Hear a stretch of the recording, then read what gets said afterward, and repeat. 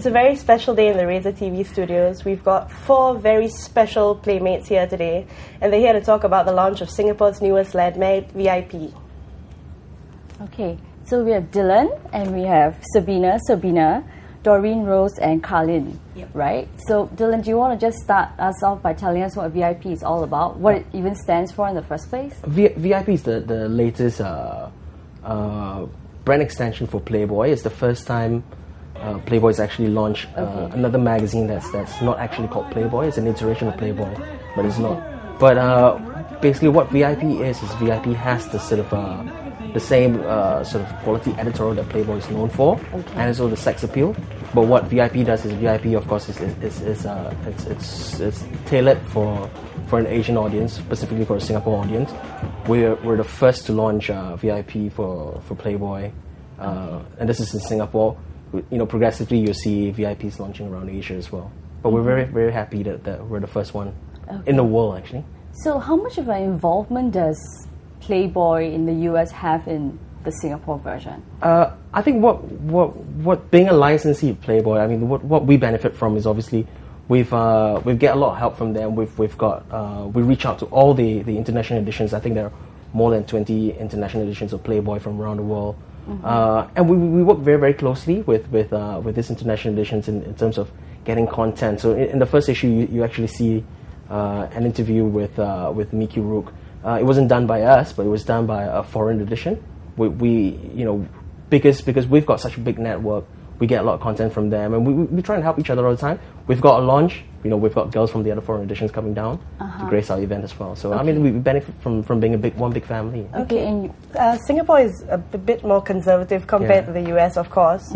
So how do you guys intend to put out quality content without the full frontal nudity? I think with the internet, nudity is not something particularly new to a Singapore audience. I think if anybody in Singapore wants to see nude pictures, you know, all he really needs to do is a broadband connection, Google naked chicks, and you're there. You know, you don't have to actually spend money to buy a magazine to see nude pictures. So I don't think it's a problem. I think some people have come to me and say, you know, but there's no nudity. You know, you call yourself a Playboy brand, but you've got no nudity in there.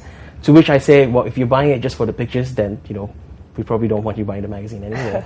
Yeah, I know. I was just talking to our hairstylist, and he says that if you want to get naked pictures, there are plenty available on the web. Exactly. You know, so why go to magazines? You know. I guess with magazines, I mean, it's the whole argument whether with new media, with Web 2.0 take over print. My take on this is, and it's not because I'm in the industry, but my take on this basically is the web will never sort of replace print. Print is something that you can bring with you. You know, you can read it on a bus, you can read it on a train, you can read it, you know, in the toilet or something. But you know, your phones, your computers and all that, they run on batteries. So you know, at one point or another, you're gonna run out of juice in there. But you know, with magazines, you can bring it anywhere you want. It's there with you 24/7. Okay, so how is it going to be different from the other men's magazines? Just very briefly. I think if you actually look through the first issue, you realize that we have less girl content than all the other magazines. We realize that the girl content is very, very important. It's a door opener for men's magazine. It's sort of what makes us a men's magazine.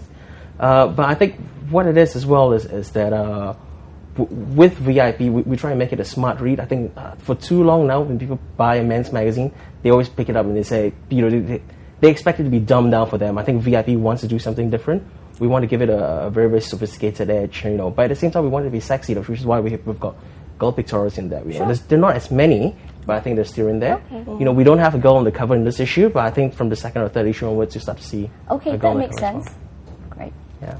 Okay, and what's the furthest that VIP will go to push boundaries and make things different, you know, for Singaporeans? I think in terms of our stories that we do, we're trying to make it as edgy and as provocative as possible.